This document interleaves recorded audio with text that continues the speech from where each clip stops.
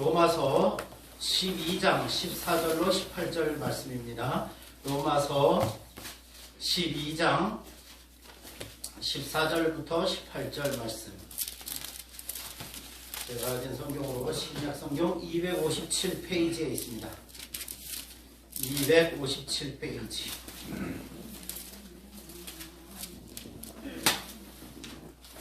로마서 12장 14절부터 18절까지의 말씀입니다.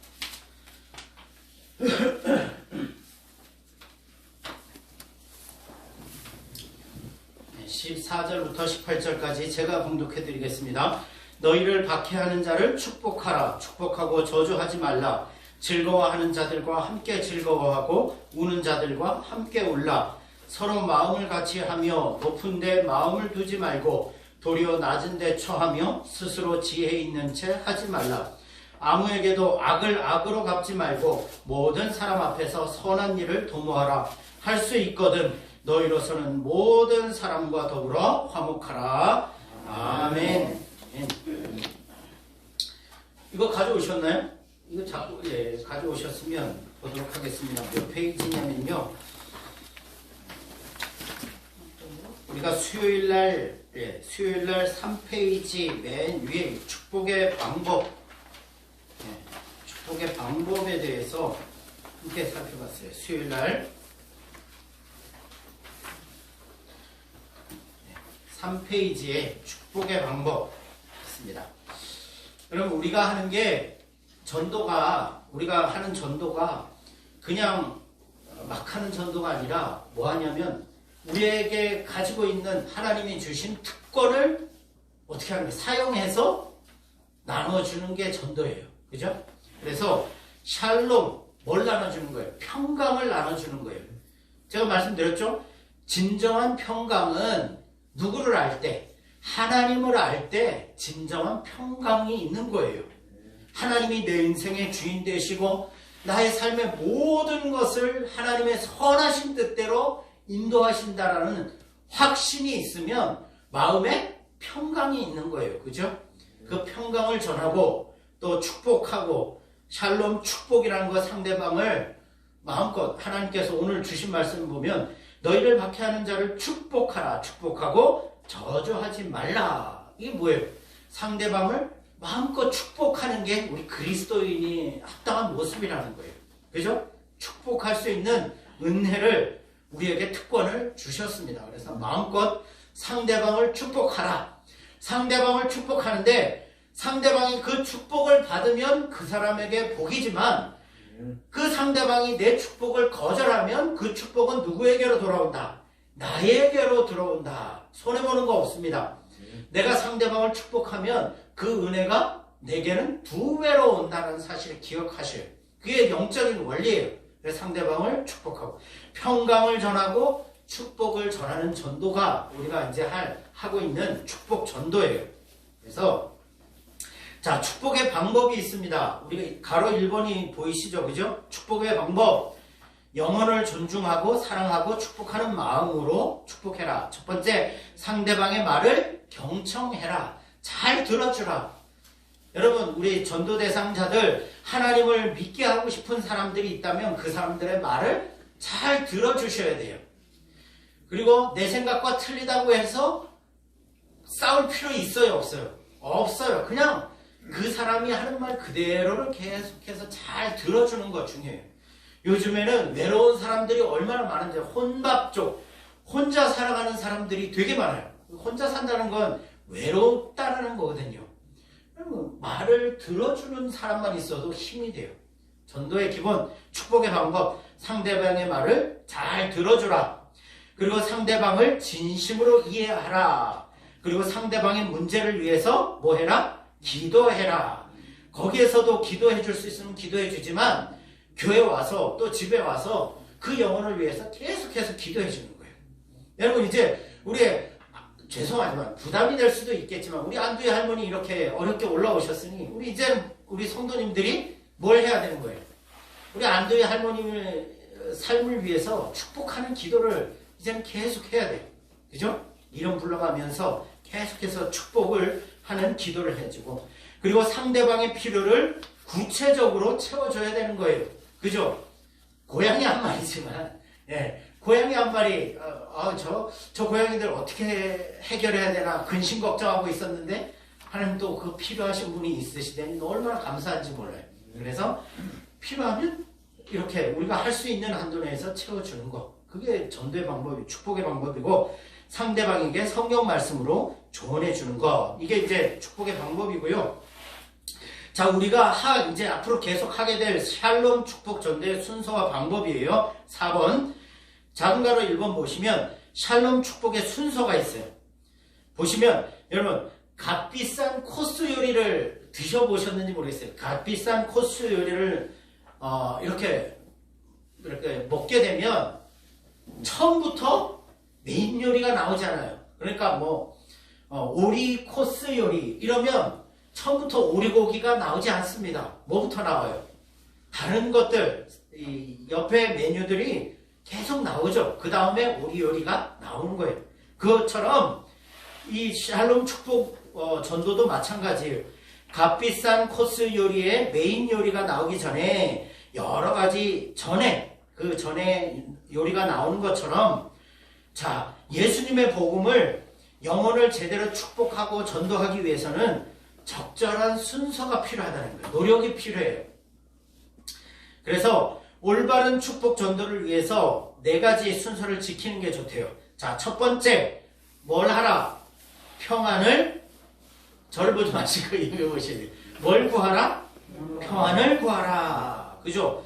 그 사람에게 평안을 구하라. 먼저 잃어버린 영혼과 뭘 해야 돼요? 화평해야 돼요. 여러분, 내가 전도하는 사람과 싸우고 있다면 전도가 돼요, 안 돼요?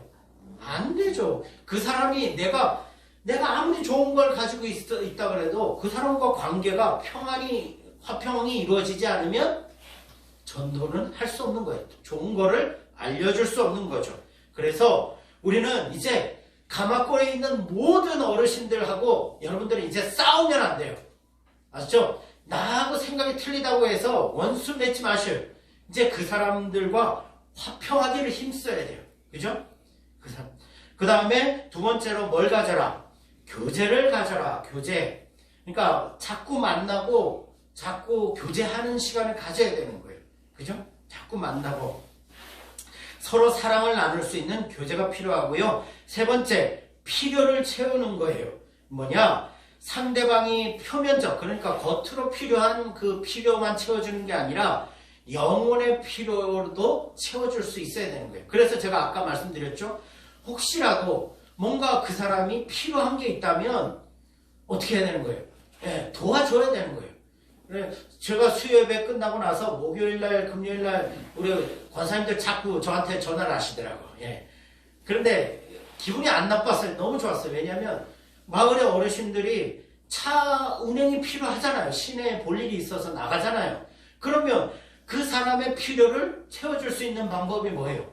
내가 차가 없으니까, 내가 도와줄 수 없으니까 저한테 전화를 하면 제가 기꺼이 어떻게 하는 거예요? 그 사람 태워다 드리고, 그죠? 필요를 채워주는 거예요, 실제적으로. 그런 실제적으로 상대방의 필요를 채워줘야 돼요. 그거 없이는 사실은 마음을 얻기가 쉽지 않죠. 그리고 영혼을 위해서 기도해야 돼요. 네 번째, 그리고 나서 복음을 전하는 거예요. 나중에. 그러니까 오늘이 아니라 기도하고 준비하다 보면 때가 있어요.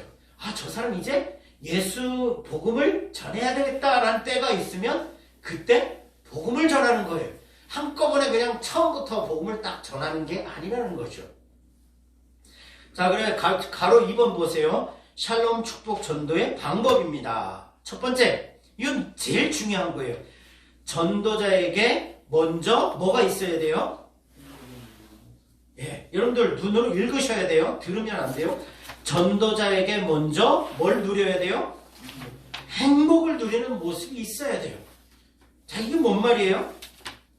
보세요. 복음은 행복한 소식이죠. 그죠? 복된 소식이잖아요. 그런데 복음을 전하는 사람이 행복하지 않다면 그가 전하는 복음을 믿고 신뢰할 수 있는 사람이 있어요? 없어요? 아유, 내가 보기에 저 목사는 맨날 인상 찡그리고, 저 목사는 맨날 마을 사람들하고 싸우기나 하고, 저 사람 만나면 불안하고. 그런데 목사가 내려가서 예수 믿으세요 이러면 누가 예수 믿겠어요? 그죠? 그런데 아니 저 목사는 뭐 저렇게 날마다 저렇게 얼굴이 표정이 밝고 행복해 보여? 신기하네. 뭐 돈이 많은가? 아니 뭐 좋은 일만 있는가?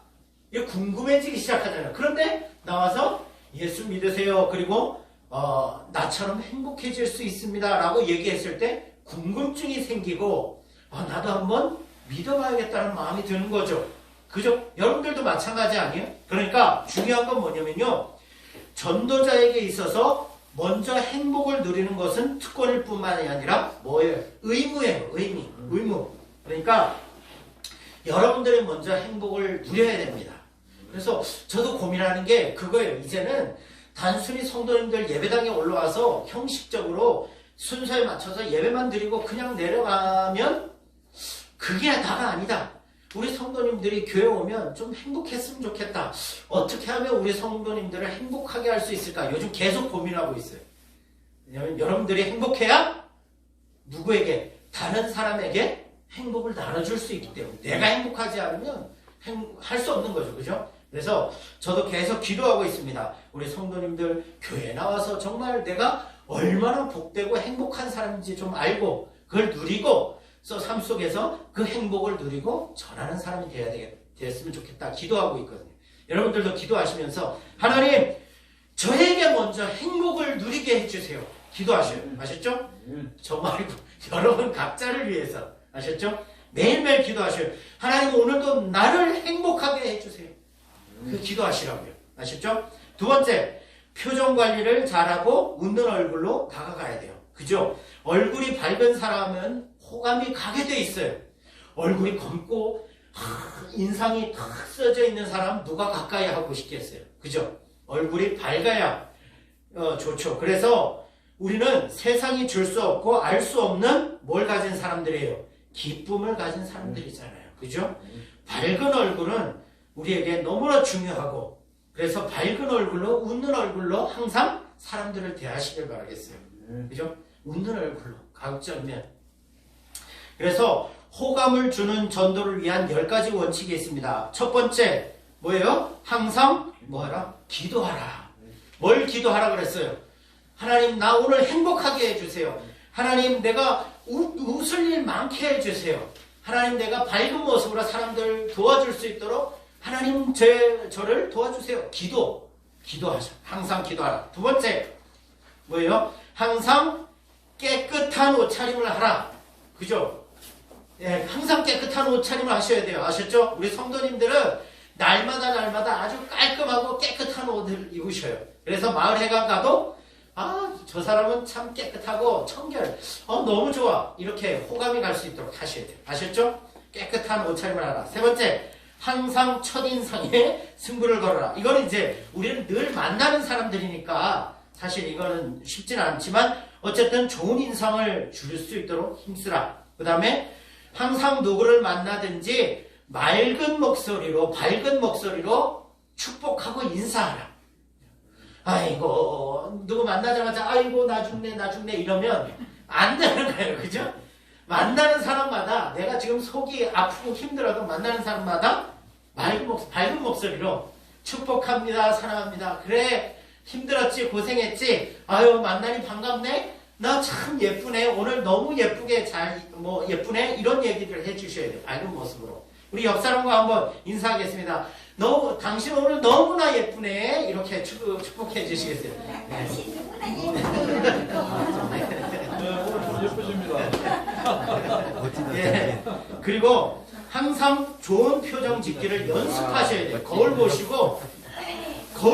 매일 거울 보실 때 씻고 닦느라고 거울만 보시지 마시고 뭐 하라고요? 늘 거울 보시고 웃는 연습을 해야 돼요. 이제 아셨죠? 웃는 연습을 하셔야 돼요.